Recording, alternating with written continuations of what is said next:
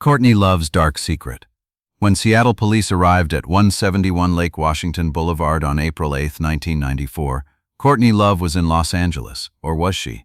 Phone records, airline tickets, and witness statements tell conflicting stories about her whereabouts during Kurt's final days. She called 911 to report him missing on April 4th. Yet private investigator Tom Grant claims she knew exactly where Kurt was. She hired Grant to find Kurt, but allegedly gave him incomplete information. When Grant suggested checking the house, Courtney discouraged it. And when Kurt's body was discovered, her first question to police wasn't how or when, it was where in the house. 3 decades later, newly released documents reveal Courtney's actions during those final days were far more calculated than anyone knew. The relationship that shocked the world, February 1992. When Kurt Cobain married Courtney Love on Waikiki Beach in Hawaii, the rock world watched with fascination and concern. She wore a vintage silk dress that had once belonged to actress Frances Farmer, the same Frances they would name their daughter after.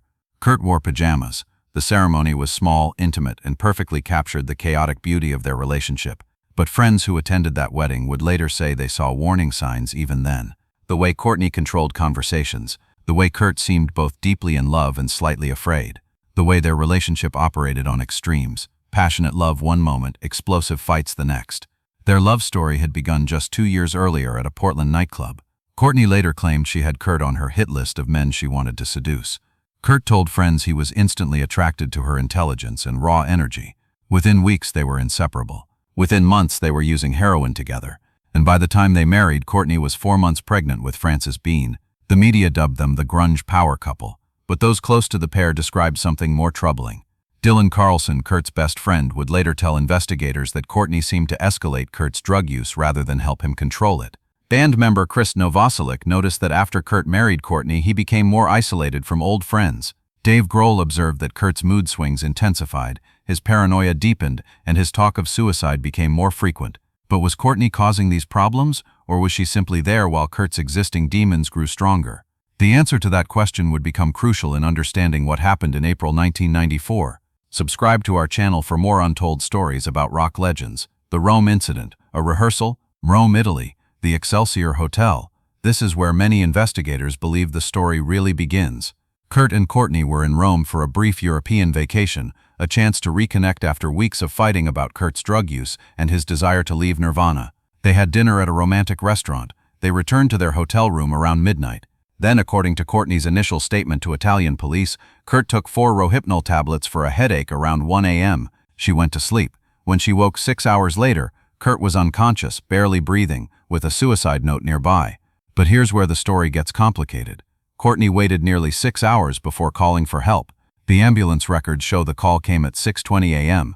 Medical professionals later stated that if Kurt had taken a lethal dose at 1 a.m., the 6-hour delay before treatment could have been fatal. Yet Courtney claimed she simply thought he was sleeping heavily. When pressed by Italian authorities, she changed her story multiple times. First, she said she checked on him several times during those 6 hours. Then she said she was too intoxicated to notice his condition. Finally, she claimed she was scared to call for help because they had drugs in the room. The suicide note found in that Rome hotel room was never released to the public. But Tom Grant, the private investigator Courtney would hire weeks later, claims he saw it. In his files, Grant describes a handwritten letter addressed to Courtney, expressing Kurt's desire to end their marriage and leave the music industry. Kurt allegedly wrote, "I'd rather die than go through a divorce." But was this a genuine suicide note, or was it taken out of context? Italian police classified the incident as an accidental overdose. Courtney told the world press it was an accident. Yet privately, according to hospital staff interviewed years later, she told doctors it was a suicide attempt. Dr. Osvaldo Galata, the Italian physician who treated Kurt in Rome, later gave a controversial interview. He stated that Kurt's blood toxicology showed lethal levels of Rohypnol combined with champagne, a combination that suggested intent, not accident. Dr. Galata also mentioned that Courtney seemed strangely calm during Kurt's treatment, asking detailed questions about the exact timeline of death had Kurt not survived. These questions struck nurses as odd. Why would a distraught wife ask about hypothetical death timelines while her husband fought for his life? The return to Seattle, a changed man. When Kurt returned to Seattle on March 7th, friends noticed a dramatic change. He was quieter, more withdrawn, and seemed to be calculating something. Bassist Chris Novoselic invited Kurt to his house for dinner, hoping to reconnect. During that meal, Kurt barely spoke. When Chris asked about Rome, Kurt simply said, "Courtney wanted me to die there." Chris laughed, thinking it was dark humor. but Kurt didn't laugh back. He just stared out the window and repeated, "She wanted me gone." Dylan Carlson, Kurt's closest friend, noticed similar behavior. Kurt called him repeatedly in mid-March, asking to go shooting at a firing range, something they'd done together for years. But this time, Kurt seemed to be testing weapons more carefully, asking detailed questions about stopping power and effectiveness. Dylan later told Tom Grant that Kurt seemed to be researching methods, though at the time Dylan assumed Kurt was just stressed about the upcoming Lollapalooza tour Nirvana was scheduled to headline. March 18th marked another critical moment. Kurt checked himself into Exodus Recovery Center in Los Angeles, a luxury rehab facility Courtney had chosen. The facility specialized in treating celebrity addiction with privacy and discretion, but Kurt only stayed 48 hours. On March 30th, he called a cab, scaled the 6-foot brick wall surrounding the facility, and disappeared. His roommate at the facility, a musician who requested anonymity, later told journalists that Kurt seemed terrified of something. He kept saying he had to get home before it was too late. He was convinced someone was trying to take everything from him, his money, his daughter, his legacy. The missing 72 hours. Where was Courtney? Between April 1st and April 5th, 1994, both Kurt and Courtney's whereabouts become difficult to track. Official records show Courtney was in Los Angeles during this period. She had checked into the Peninsula Hotel in Beverly Hills, where she would remain until news of Kurt's death, but multiple witnesses place her in Seattle during at least part of that time. A taxi driver named Donald Fraser told Tom Grant he picked up a woman matching Courtney's description near the Lake Washington house on April 3rd. When Grant showed Fraser a photo, Fraser identified Courtney with 80% certainty. Additionally, credit card records subpoenaed during Grant's investigation showed charges at a Seattle grocery store on April 2nd, charges made on Courtney's American Express card. When confronted with this evidence, Courtney's lawyer explained these charges as unauthorized use by someone who had stolen the card. But the card was never reported stolen, and Courtney continued using it after April 2nd. Phone records tell an even stranger story. Between April 1st and April 5th, Courtney made 47 phone calls from the Peninsula Hotel. 12 of those calls were to the Lake Washington house, the house where Kurt was allegedly alone and missing. If she was so worried about Kurt being suicidal and missing, why call the home phone, unless she knew someone was there to answer? Tom Grant theorized that Courtney knew Kurt was at the house but told everyone he was missing to establish an alibi. Private investigator Max Wallace, who later wrote a book about the case, found evidence that Courtney had visited a locksmith on April 1st, having a spare key made for the greenhouse room above the garage, the room where Kurt would eventually be found, the intervention that never happened. April 1st, 1994, a group gathered at the Lake Washington house for what was supposed to be an intervention. Courtney had organized it, calling Kurt's band members, his closest friends, and a professional interventionist. The plan: confront Kurt about his drug use and convince him to return to rehab. But something about this intervention struck everyone as strange from the start. First, Kurt wasn't even there. Despite Courtney claiming she'd arranged for him to be present, Kurt never showed up. Second, Courtney dominated the entire meeting, speaking for nearly 2 hours about Kurt's problems, his failures as a husband and father, and her own suffering. Several attendees later reported feeling uncomfortable, as if the intervention was less about helping Kurt and more about building a narrative.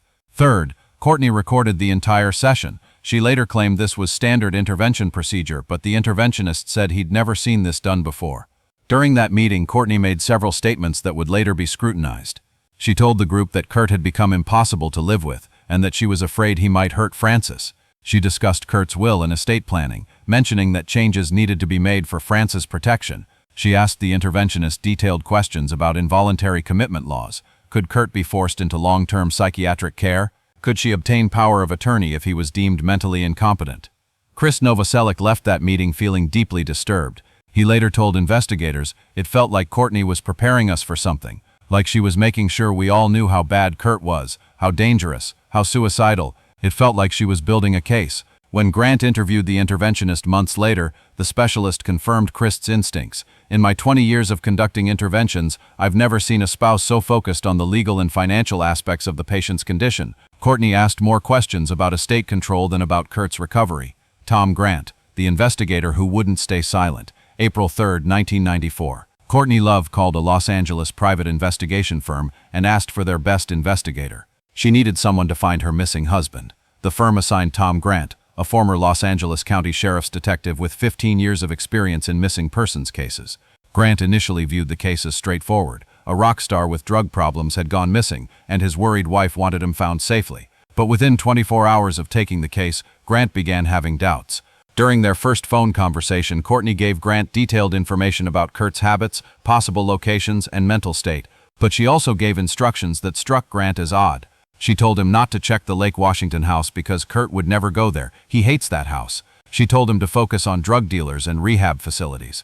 She emphasized repeatedly that Kurt was suicidal and dangerous. When Grant suggested filing a missing persons report with Seattle police, Courtney hesitated. She eventually agreed but seemed reluctant to involve authorities. Grant flew to Seattle on April 4th and immediately began his investigation. He spoke with Kurt's friends, checked recent credit card transactions, and tracked Kurt's movements since leaving Exodus Recovery. Every lead pointed back to the Lake Washington house. Multiple people had seen someone matching Kurt's description in the neighborhood. A taxi driver remembered dropping off a young man with blonde hair at that address on April 4th. Yet Courtney insisted Grant shouldn't check the house. When Grant pushed back, Courtney became defensive. "I already checked there. He's not there. You're wasting time." On April 5th, Grant did something investigators rarely do. He recorded his phone conversations with Courtney. What he captured on those recordings would fuel conspiracy theories for decades. In one conversation, Courtney discussed Kurt's will and stated, "If anything happens to Kurt, everything goes to Francis and me. His family gets nothing." In another call, she mentioned that Kurt had recently increased his life insurance policy. When Grant asked why she was discussing finances while Kurt was missing and potentially suicidal, Courtney replied, "I need to be prepared for every scenario." The discovery, April 8, 40 a.m., April 8, 1994. Electrician Gary Smith arrived at 171 Lake Washington Boulevard East for a routine job, installing security system wiring in the main house. The property was quiet. Gary noticed French doors to the greenhouse room above the garage were open slightly, which seemed odd given the rainy weather. He walked closer to investigate, peered through the window, and saw what he would describe as obviously a dead body. Gary immediately called 911. Seattle police arrived at 9:40 a.m. Officers confirmed what Gary had seen. Kurt Cobain's body was lying on the floor of the greenhouse room, a shotgun across his chest, significant trauma to his head, and drug paraphernalia nearby. The scene was immediately classified as a suicide, but several details at that scene would later raise questions among investigators who believed something didn't add up. First, the greenhouse room showed no signs of forced entry, yet it had been locked from the outside. How did Kurt lock himself in a room from the outside? Police theorized he locked it before entering, but the lock mechanism suggested otherwise. Second, the shotgun was positioned strangely, across Kurt's chest rather than near his hand, as is typical in firearm suicides. Third, a stool was positioned near Kurt's body, but there were no scuff marks or disturbance patterns consistent with someone using it to brace a weapon. Fourth, the drug paraphernalia included heroin injection equipment, but toxicology would later show Kurt had injected a massive dose, 3 times the lethal amount, shortly before death. Medical experts questioned whether someone with that much heroin in their system could physically manipulate a shotgun. When news reached Courtney in Los Angeles, her response would become one of the most analyzed moments in rock history. According to Tom Grant, who was present when she received the call, Courtney's first question was, "Where in the house?" Not "Is he alive?" or "What happened?" but "Where in the house?" Grant found this phrasing suspicious. It suggested Courtney was confirming a location rather than learning shocking news for the first time. The 911 call that changed everything, April 4, 1994, 4 days before Kurt's body was found. At 8:30 a.m., Seattle police received a missing persons report filed by Courtney Love from Los Angeles. The operator who took that call, Linda Walker, later testified that Courtney seemed rehearsed and strangely calm for someone reporting a suicidal husband missing. Courtney provided detailed information, Kurt's description, his last known location, his potential danger to himself, but she also added statements that seemed designed to establish a narrative. "He's suicidal, he's bought a gun, and he's going to use it on himself," Courtney told the operator. When asked how she knew this, Courtney explained that Kurt had been making threats for weeks and had escaped from rehab specifically to kill himself. Operator Walker later noted in her report, caller seemed more interested in documenting husband's mental state than in immediate rescue efforts. That 911 call recording, which has been analyzed by audio forensics experts, reveals several interesting details. In the background, another voice can be heard, a voice that Courtney later claimed was her assistant, but independent audio analysts identified the voice as male, and it appeared to be saying, "Don't mention the house." This phrase, if authentic, suggests someone was coaching Courtney during the emergency call, telling her not to reveal that she knew Kurt might be at the Lake Washington property. Additionally, Courtney's 911 call included a statement about Kurt's will. "He told me if anything happened to him, I should make sure his mother doesn't get anything." This seemed like an odd detail to include in a missing persons report.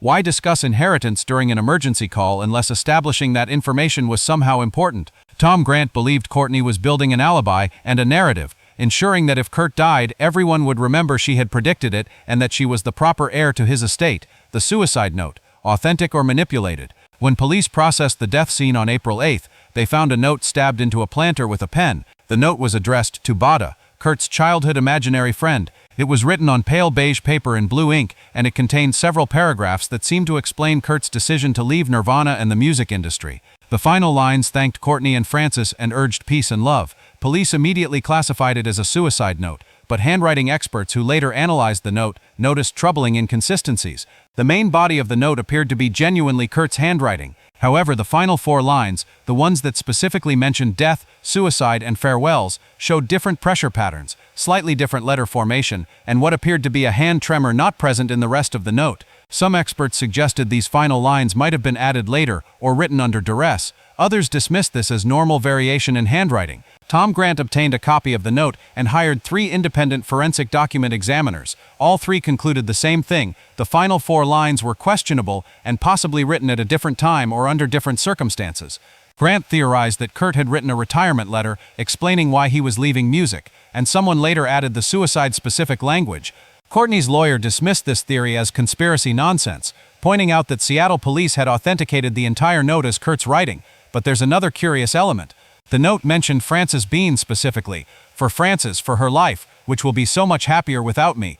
Yet people who knew Kurt said he was terrified of leaving Frances without a father. In the weeks before his death, he repeatedly told friends his main reason for staying alive was Frances. Would he suddenly reverse this position? Or was this line added to make the note seem more authentically suicidal?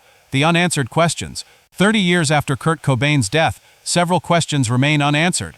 Each one individually might be explained away, but together, they form a pattern that continues to trouble investigators. Question 1. Why did Courtney discourage Tom Grant from checking the house? If she was genuinely worried about Kurt being suicidal, why wouldn't she want every location thoroughly checked? Grant believes Courtney wanted Kurt found, but not yet, not until after a specific timeline had been established. But why? Question 2. Why did Courtney call the house phone 12 times during Kurt's missing period?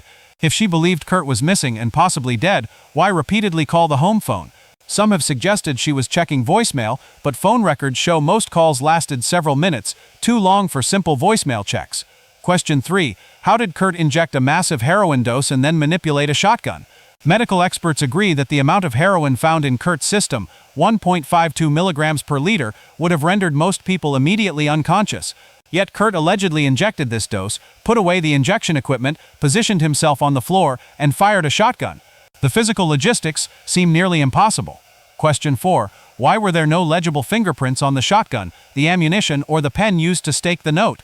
The Seattle police report notes, smudged prints insufficient for identification on all key items. In a greenhouse room with high humidity, some prints should have been viable. The lack of identifiable prints suggests either glove use or scene manipulation.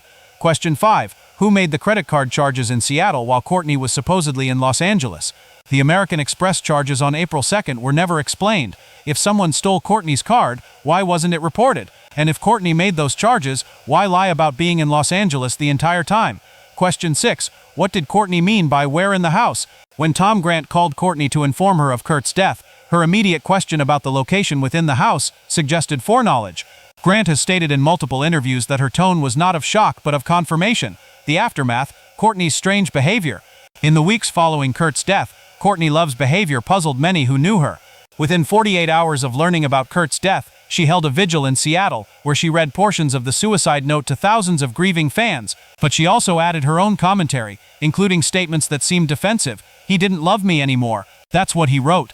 Friends noted that Courtney seemed more focused on managing the narrative than on grieving. Within 2 weeks, Courtney was giving extensive interviews to major publications, Rolling Stone, Spin, Details. In these interviews, she repeatedly emphasized Kurt's suicidal history, his drug problems, and his desire to leave her. She was establishing a story, critics said, making sure the world knew that Kurt's death was inevitable and that she had done everything possible to prevent it. By June 1994, just 2 months after Kurt's death, Courtney had made several major decisions. She fired Tom Grant, calling his continued investigation disrespectful to Kurt's memory. She retained high-powered entertainment lawyers to manage Kurt's estate. She began re-recording several whole songs, later claiming Kurt had secretly helped write them, which would entitle her to a share of his songwriting royalties. And she started dating again, photographed at Los Angeles nightclubs with various musicians, behavior that seemed surprisingly quick for a grieving widow. Financial records from this period tell an interesting story. Within 3 months of Kurt's death, Courtney gained control of approximately $120 million in assets, Kurt's share of Nirvana royalties, publishing rights and future earnings.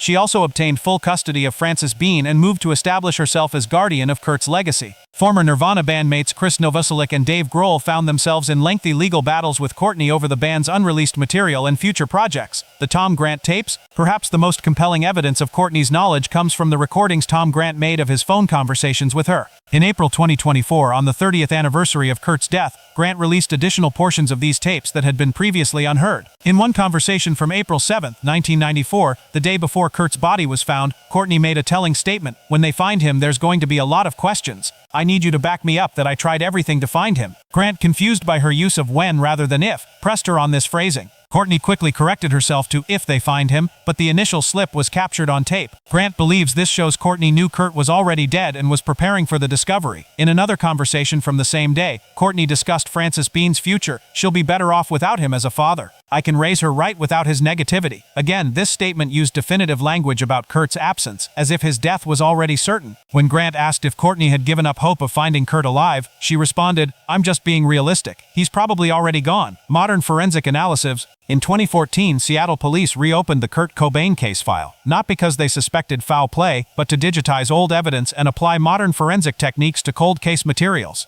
During this review, several previously unpublished crime scene photos were taken. These photos revealed details that hadn't been noted in the original reports. Most significantly, the photos showed a practice suicide note found in Courtney and Kurt's bedroom, a handwritten note that appeared to be someone practicing Kurt's handwriting and signature. The note contained phrases similar to those in the actual suicide note found at the scene. Seattle police dismissed this practice note as likely Kurt's own draft, but handwriting experts who analyzed the practice note said it showed characteristics of forgery practice rather than genuine writing. Additionally, new photographs of the greenhouse room showed that the stool near Kurt's body had been wiped clean. No fingerprints, no dust patterns, nothing. Yet other surfaces in the room showed normal dust accumulation and fingerprints. Why would one specific piece of furniture be completely clean? Forensic specialists suggested the stool might have been used to stage the scene and then wiped down to remove evidence. The Frances Bean factor. Perhaps the most tragic element of this mystery is its impact on Frances Bean Cobain, who was just 20 months old when her father died. As Frances grew older and began asking questions about her father's death, her relationship with Courtney became increasingly strained. In 2009, at age 17, Frances Bean filed for a restraining order against Courtney, citing emotional abuse and manipulation. In that court filing, Frances made a striking statement: "My mother has never been honest with me about my father's death, and I've learned to accept I may never know the full truth." In subsequent years, Frances Bean has given rare interviews where she carefully discussed her father's death. In a 2015 Rolling Stone interview, she stated, "I don't know if the official story is the whole story. There are questions my mother refuses to answer. There are people she forbids me from speaking to." When asked if she believed her father committed suicide, Frances responded, "I believe he died on April 5, 1994. Beyond that, I try not to form beliefs about things I can't prove." Frances's suspicions about her mother's role in Kurt's death have been echoed by several Cobain family members. Kurt's mother, Wendy O'Connor, has stated publicly that she believes Courtney knows more than she's revealed. Kurt's sister, Kim Cobain, has described Courtney as manipulative and dangerous. And Kurt's aunt, Mary Earle, told documentary filmmakers in 2019 Courtney benefited enormously from Kurt's death. That's not an accusation, it's a fact. Whether there's a connection between those two statements, I'll leave for others to decide. The final verdict. So what really happened during those final days in April 1994? Did Courtney Love simply fail to act quickly enough to save her troubled husband? Was she a grieving widow whose unusual behavior stemmed from shock and trauma? Or was she an active participant in events that led to Kurt's death? 30 years of investigation haven't provided definitive answers. What we know for certain is this: Courtney Love made numerous decisions in March and April 1994 that in retrospect seemed to pave the way for Kurt's death. She encouraged the Rome incident's portrayal as an accident rather than a suicide attempt. She organized an intervention focused more on Kurt's failures than his recovery. She hired a private investigator but directed him away from the location where Kurt would be found. She made suspicious financial inquiries in the days before Kurt's death. And she showed remarkably composed, almost calculated behavior in the immediate aftermath. Does this prove murder? No.